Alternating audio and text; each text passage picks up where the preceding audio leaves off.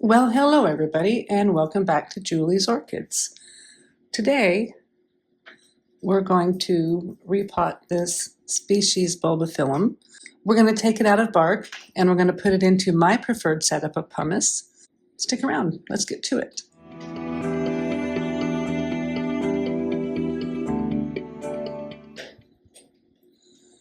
So this is a species Bulbophyllum sinapsis. I bought it because the picture of the flower kind of looked like Baby Yoda. And I've been doing a bit better with the bulbos, so I've recently bought 2 bulbophyllums, and this is one of them. I'll put a link to that haul in here. This one has a new growth. And yeah, it's not a really big new growth just yet, but I'm noticing some salt buildup on the wood pieces here.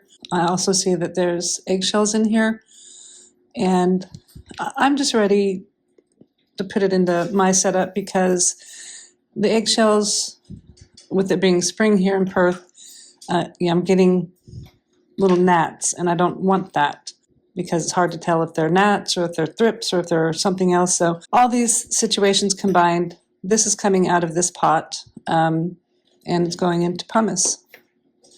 Now, I may or may not do the water bath technique with this one. I don't know how the roots are going to look in here. Like I said, I'm a little concerned because the salt buildup, that's been there since I bought the plant, and the eggshells have also been there since I bought the plant. This is just stuff that for me says I need to get rid of this because, like I said, the organic eggshells, yeah, they're good for the plant, but they're causing bugs, and bugs aren't good for the plant. So let's give it a squeeze, and we'll see how this is. Like I said, I bought this at one of the local orchid shows, and yeah, this is what I was thinking.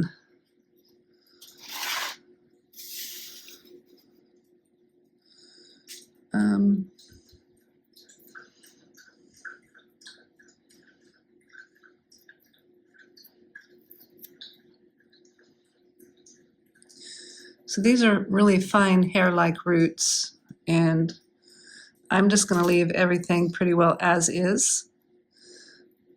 And the little bit of bark that's in here is not going to hurt anything because they're not coming off really easily, and they're such fine roots that I don't want to risk damage to any of them.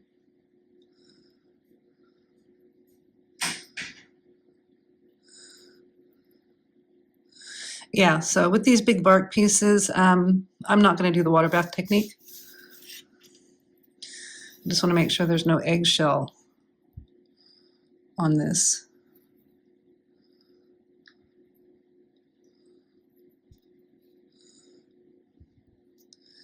Yeah, I don't see any eggshell. That's good. That's very, very good.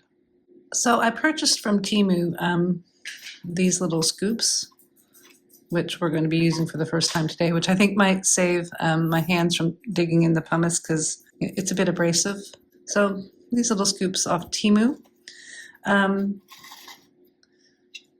using the square pot, and I'm going to just sort of position it a bit back and down because it does look like it's got a bit of a upward growing habit. So I'll position it something like that.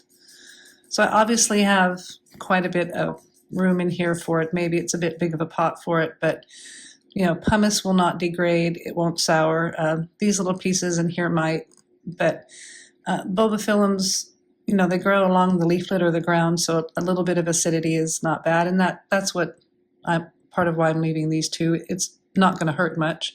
So yeah, it's going to go somewhere in here like this. And I'm going to save my fingertips and use my handy dandy little scoop. And that's much nicer. much nicer on the hands. Oh, yeah. So I'm just going to fill that up a bit more, and we'll get this in a pot.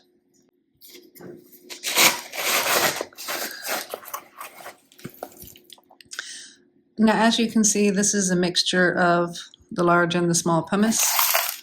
And I think this is probably a good area here think about putting the plant back in. I'm going to hold it by this little bit right here.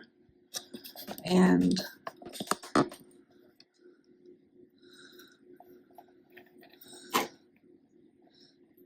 yeah, I'm going to want it something like that.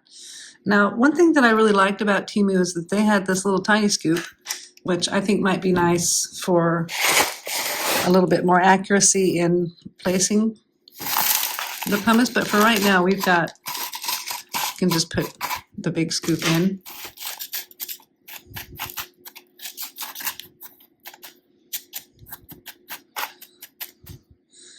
And what I might do is try to get mostly some small pumice and drop it in the back here.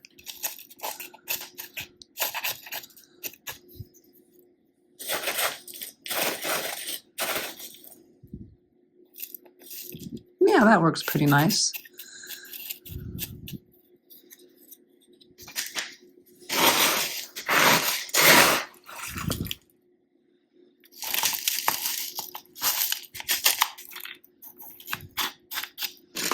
I might just give this a little bit of a twist because I want the new growth kind of heading towards the middle.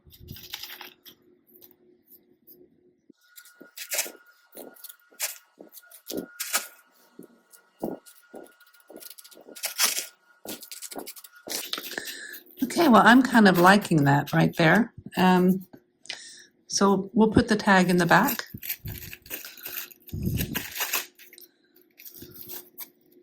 What? Because the holes are in the back.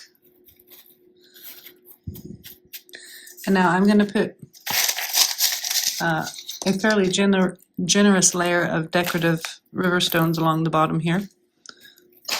Bulbos do not like to dry out. As I mentioned, they grow along the forest floor in the leaf litter. And so they like to be moist. And I'm finding that they like the small and large pumice mixture with a bit more of the small than the large, and then a nice layer of the lava rock on top. Or I'm sorry, the non-porous river stones. The non-porous river stones on top. Now I've got a little root sticking out there, and I'm going to kind of gently place that right there. Well, I'm pretty happy with that. And that's Bulbophyllum sinapsis potted up into its new home. I'm going to give it a water so that there'll be a little bit of a water reservoir in the bottom.